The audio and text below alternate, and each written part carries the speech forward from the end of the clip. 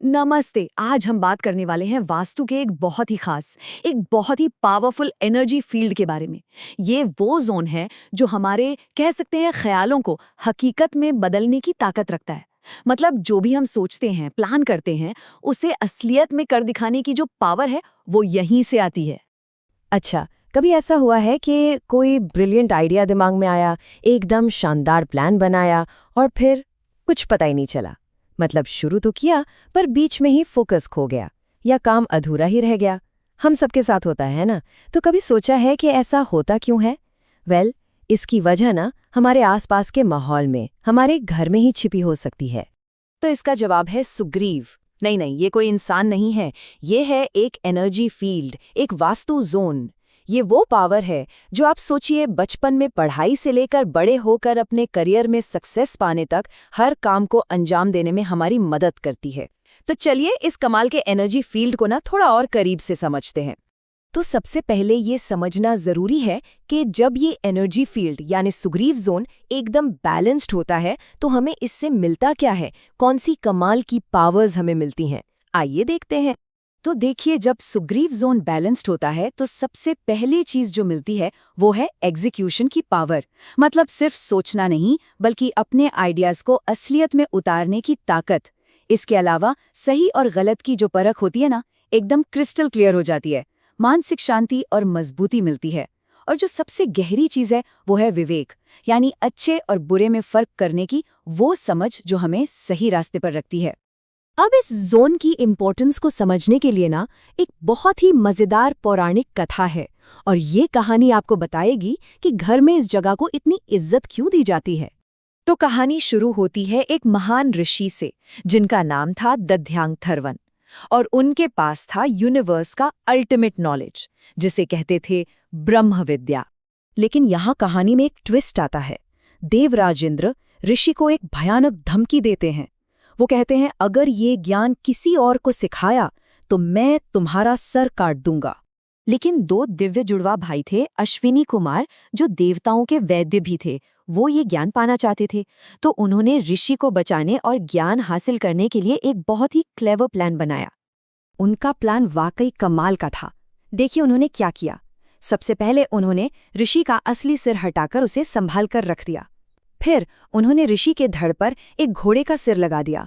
ऋषि ने उसी घोड़े के सिर से अश्विनी कुमारों को ब्रह्म विद्या सिखाई।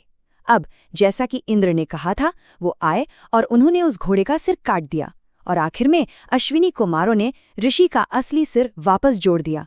ब्रिलियंट है ना? तो इसी अद्भुत कहानी की वजह से वास्तु में सुग्रीव जोन को गुरु का स्थान माना जाता है। और यही वो कारण है कि ट्रेडिशनल वास्तु में हमेशा कहा जाता है कि घर में इस जगह पर स्टडी रूम बनाना सबसे अच्छा होता है। तो ये कहानी हमें बताती है कि ये जगह ज्ञान और सही समझ के लिए कितनी जरूरी है। अब सवाल ये है कि हम इसे अपनी लाइफ में कैसे यूज करें।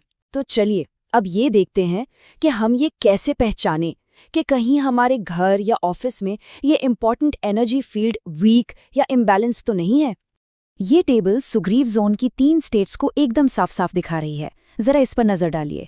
जब ये एक्टिव और बैलेंस्ड होता है तो सब कुछ फ्लॉलेसली होता है, लर्निंग फास्ट होती है, पैसा भी टिकता है। लेकिन जब ये इनएक्टिव या वीक होता है तो चीजें भूलने लगते हैं, नेटवर्किंग कमजोर हो जाती है और काम शुरू ही नहीं हो पाते। और अगर ये नेगेटिव हो जाए तो बात और भी बिगड़ जाती है। लगातार कोर्ट कचहरी के चक्कर, दुश्मनी और फाइनेंशियल इंस्टेबिलिटी, ये सब देखने को मिलता है।